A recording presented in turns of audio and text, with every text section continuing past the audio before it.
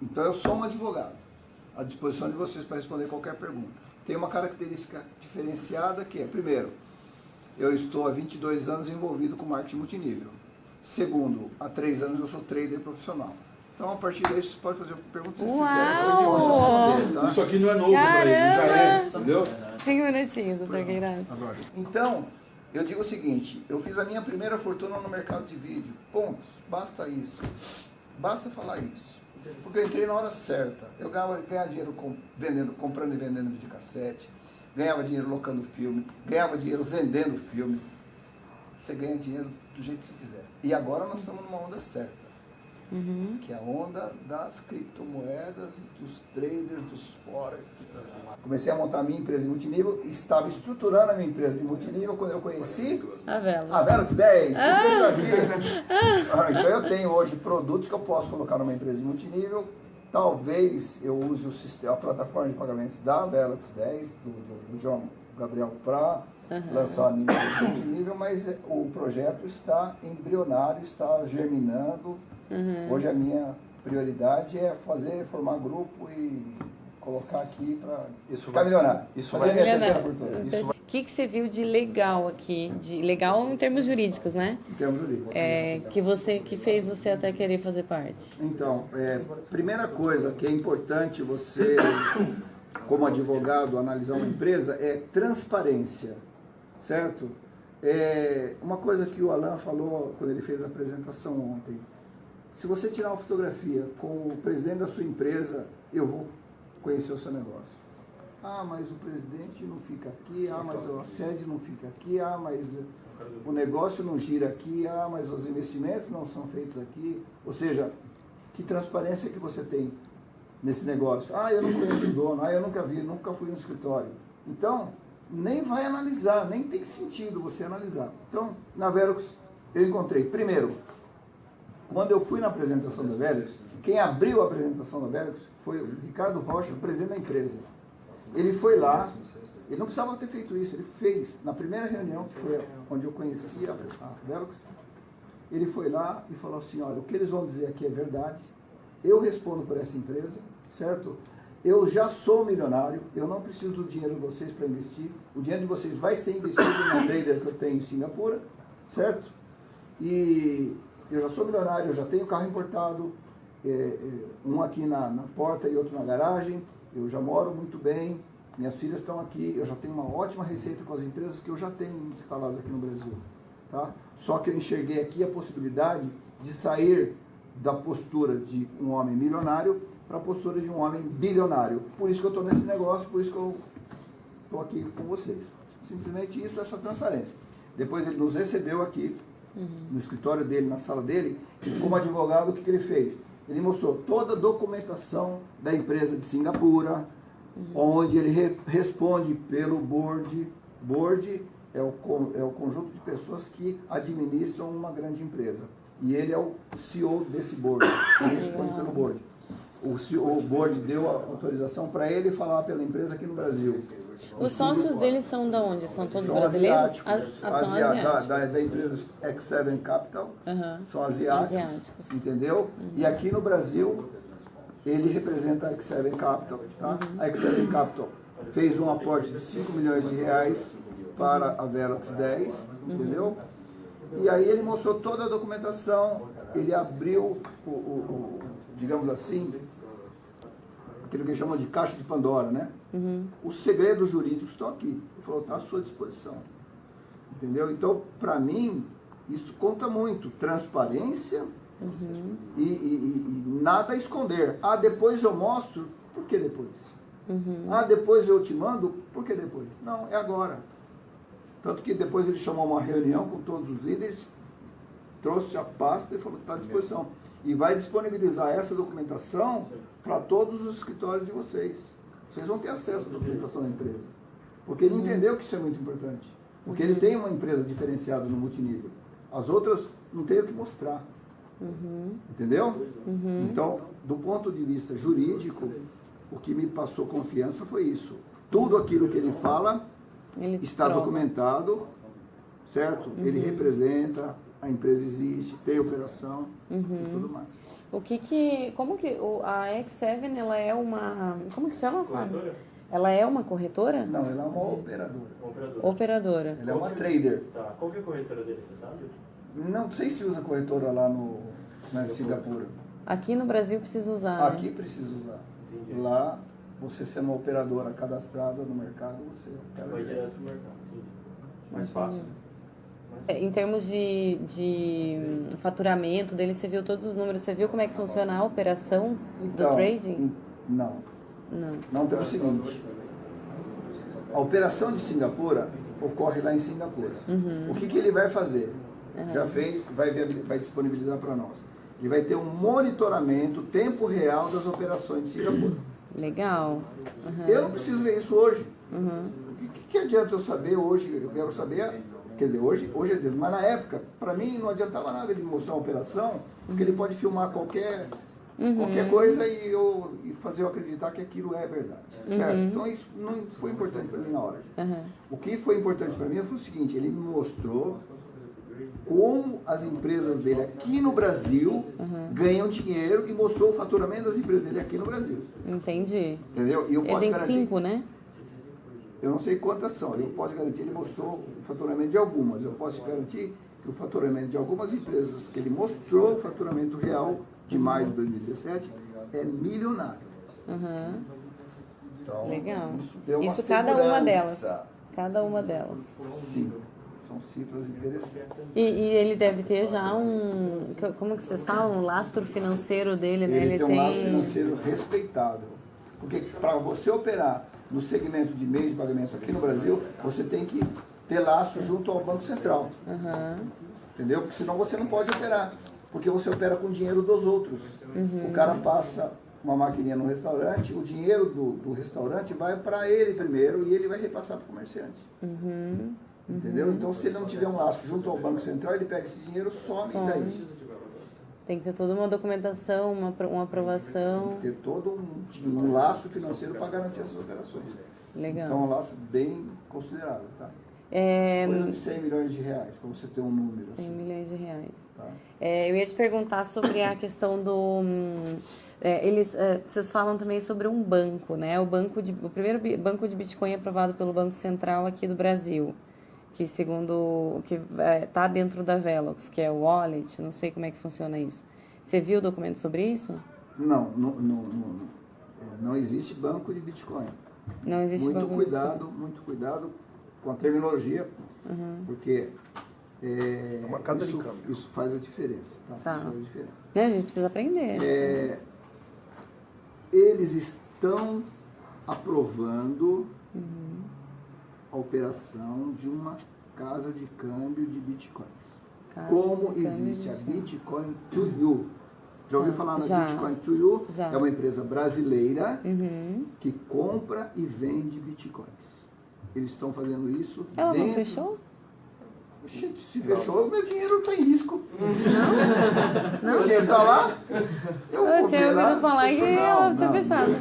Tem uma outra, Bitcoin to You. tem uma outra empresa, Tem uma outra se eu não que me engano, parece. é Bitcoin for You. For You.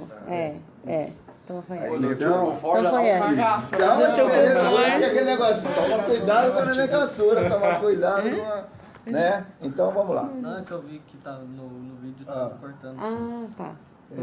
Então, eles estão constituindo uma corretora para operar com compra e venda de bitcoins. Tá. Excelente. Isso já está pronto do ponto de vista jurídico, ou seja, tem estrutura legal, já tem empresa e tudo mais, porém não está operando ainda. E eu acho que estão em fase final de ajuste daqueles pontos técnicos, que são os bugs que o setor de informática, enquanto eles não fizerem os testes e comprovar a eficiência do sistema, eles não liberam. Então está em fase final para liberar o sistema de compra e venda de bitcoins. Legal. Isso é um caso. Outro caso, plataforma de pagamento, que aí entra o Banco Central. Porque para você ter uma corretora de bitcoins, não entra o Banco Central. Não entra.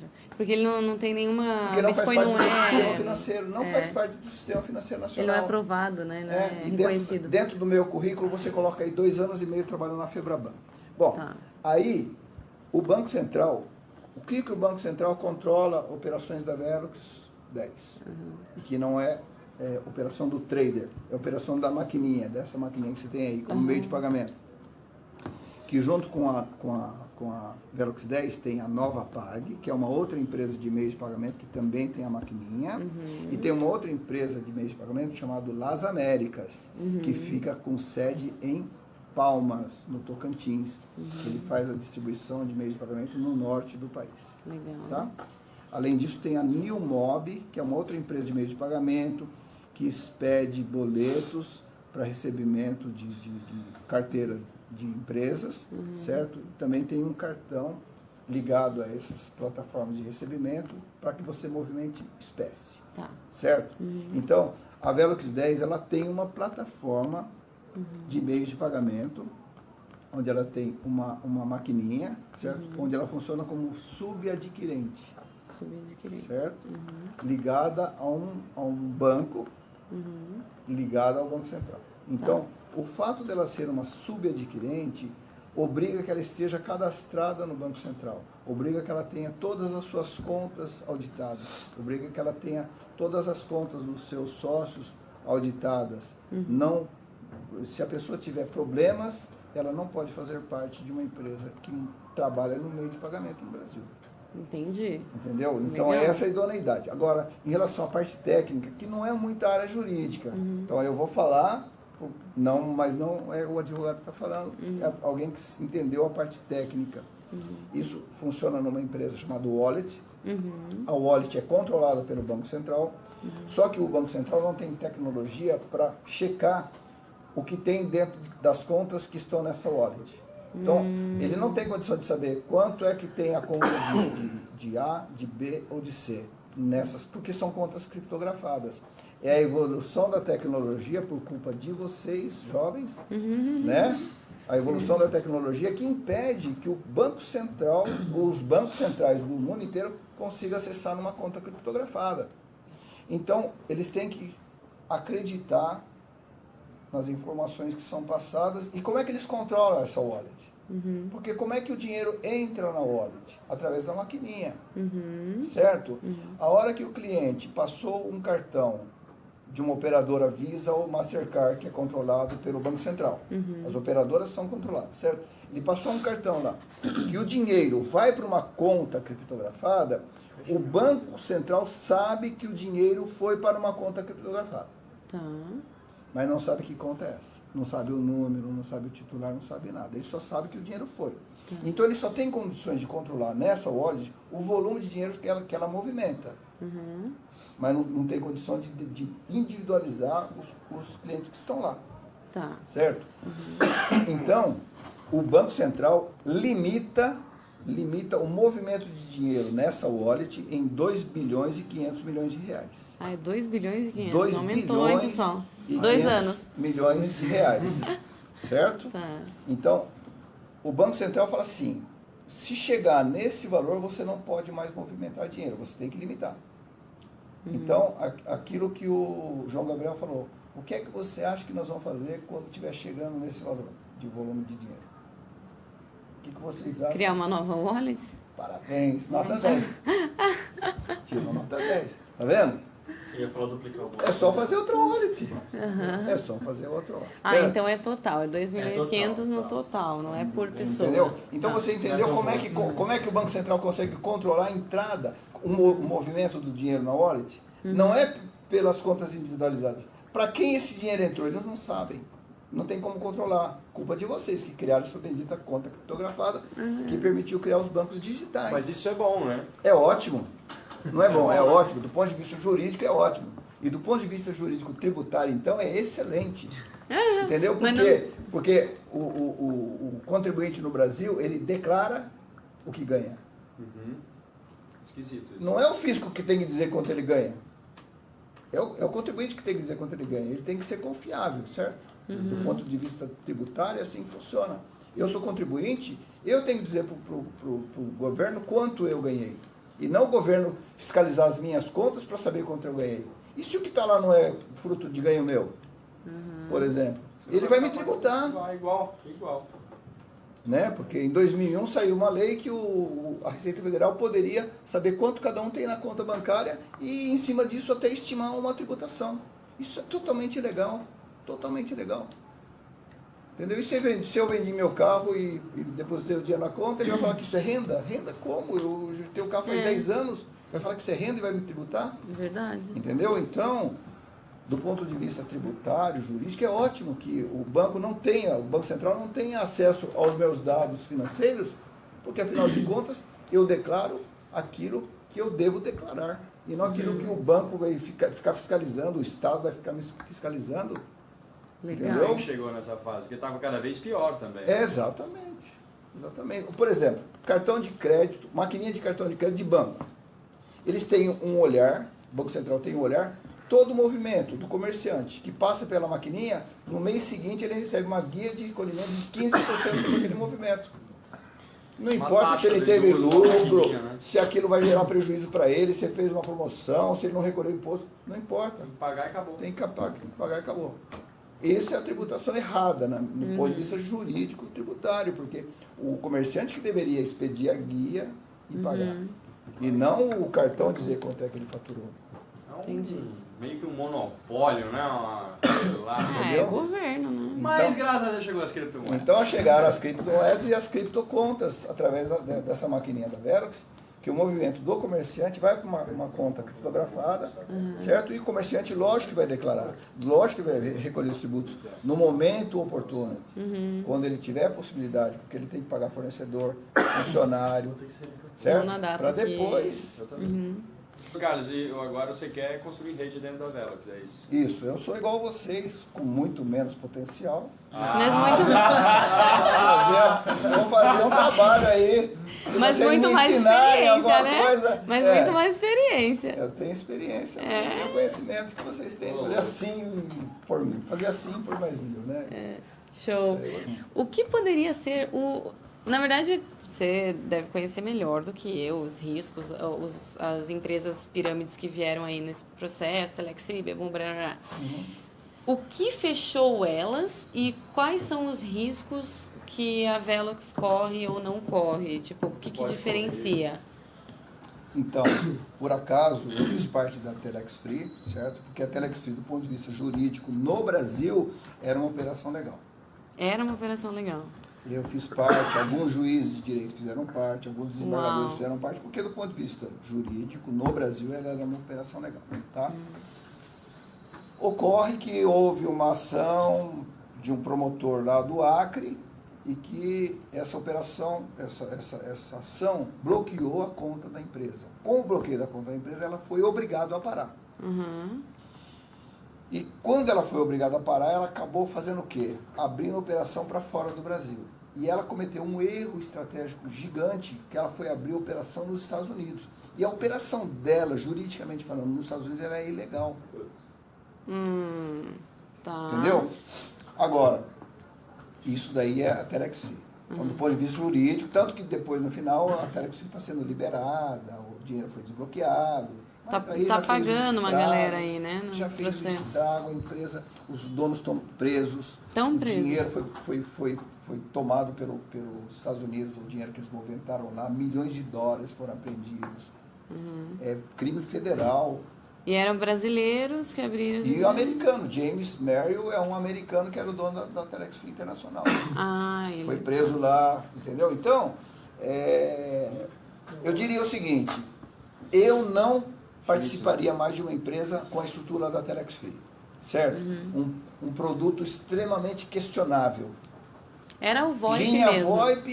Linha VoIP que se você quisesse falar daqui ali, era mais fácil você desligar o telefone e falar pessoalmente, porque não tinha jeito de falar, eram linhas VoIP de péssima qualidade. Ou seja, um produto... vão vender lixo no multinível? A gente compra o lixo por 10 centavos e vão vender por 10 mil reais o quilo. É mais ou menos isso. Eles compravam linhas VoIP lixo, que custavam centavos, e vinha aqui e vendia por $1.000, e a gente comprava um pacote de 5 linhas. Ou seja, era uma desculpa para fazer uma pirâmide financeira. E a pirâmide financeira é caracterizada por o quê? Se parar de entrar gente, quem está dentro não consegue Quem entrar por último toma prejuízo. Porque não tinha uma ativação, Porque não tinha um não serviço tinha de onde tirar dinheiro, não tinha recurso externo para alimentar a atividade da empresa, certo? Certo. Então era um Ponzi e caracterizou-se isso nos Estados Unidos e o cara foi preso e está preso até hoje. O James Berry, que é presidente da Telex Free, está preso até os Estados Unidos. E tem ordem de prisão para os outros sócios lá nos Estados Unidos. O cara não pode sair daqui. O Carlos Vanzeler e tal, não pode. Bom, Esposa dele. agora, então eu não entraria mais numa empresa do tipo da Telex Free, porque embora juridicamente ela fosse legal no Brasil, mas ela tinha uma falha que ela precisava de recursos externos entrando, de novos distribuidores entrando, para que ela continuasse pagando os bônus. Tá. Certo? Bebom. Bebom, eu fiz um estudo da Bebom antes de entrar na Bebom, certo? E aí o que desse estudo gerou? Gerou uma pasta preta, assim, e eu não entrei na Bebom. E eu falava para quem quisesse que a Bebom era uma fraude. E a Bebom era uma fraude. A Bebom foi montada em cima de uma estrutura de laranja. Um dos donos da Bebom era um funcionário, não sei da onde, o outro era o empregado doméstico, não sei de quem. Certo? Então era uma laranja, era um... Deixa eu beber um golinho de água, não sei demais. Ai, a gente Então, tinha que pedir. a Bebom era uma fraude. Eu vi, juridicamente falando, tá? Podia ser que tivesse boa intenção, que depois que o dinheiro entrou foi transformado naquilo que nós vemos aqui hoje, mas era uma fraude. Pegou dinheiro de milhares de pessoas com uma mentira, certo? E a partir desse dinheiro eles construíram. Eu estudei toda a estrutura jurídica, documentação da Bebom, e eu vi que é tudo fraude, foram todas documentações montadas por um estelionatário que já tinha sido condenado por estelionato, certo? Lá em São José do Rio Preto, então já vinha contaminado por laranjas podres, toda a estrutura. Tá. Então eu não entrei na Bebom e não me surpreendi quando a Polícia Federal, hoje tem uma ação na, não sei, acho que é 17ª Vara Federal Criminal, contra os donos da Bebom, contra os cabeças da Bebom, certo?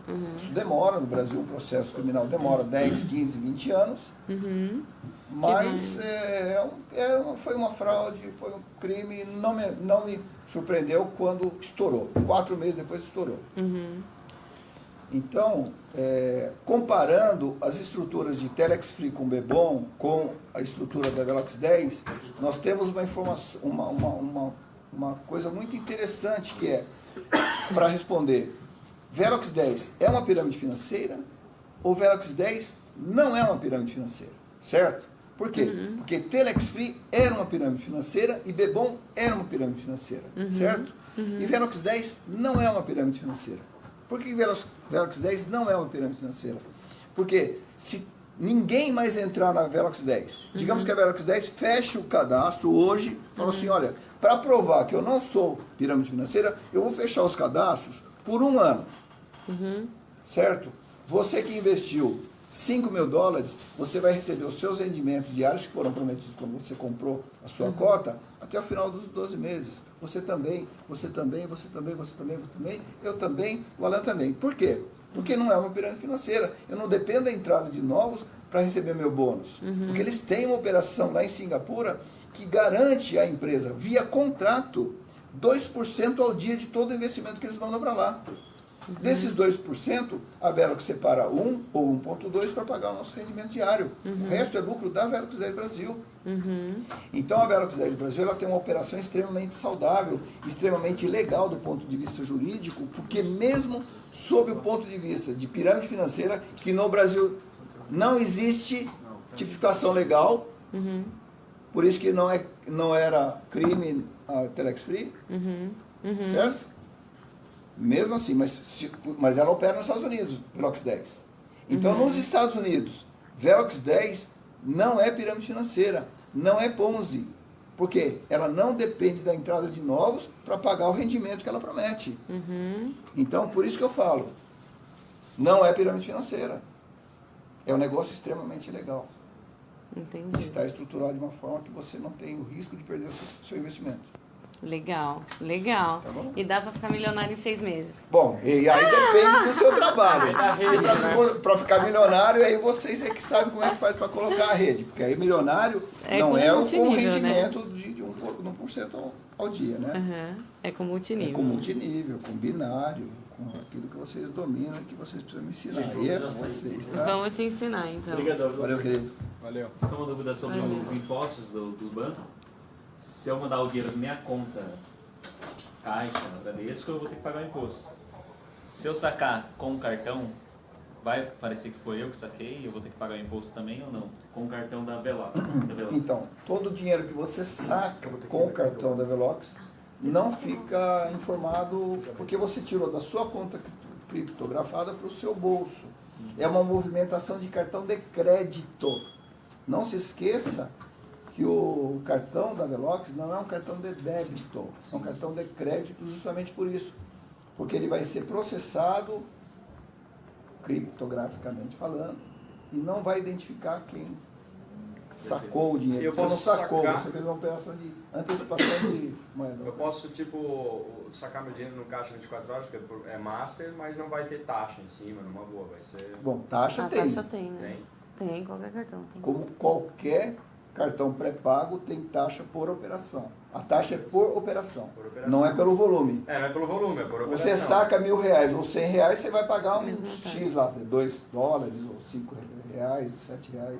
Entendi. É por operação, então você tem que só tomar cuidado com isso. Entendi, muito obrigado. É isso mesmo. Super entendido. Fala, quando feio. Ai, nada bem. Eu- Show de bola. Tá bom?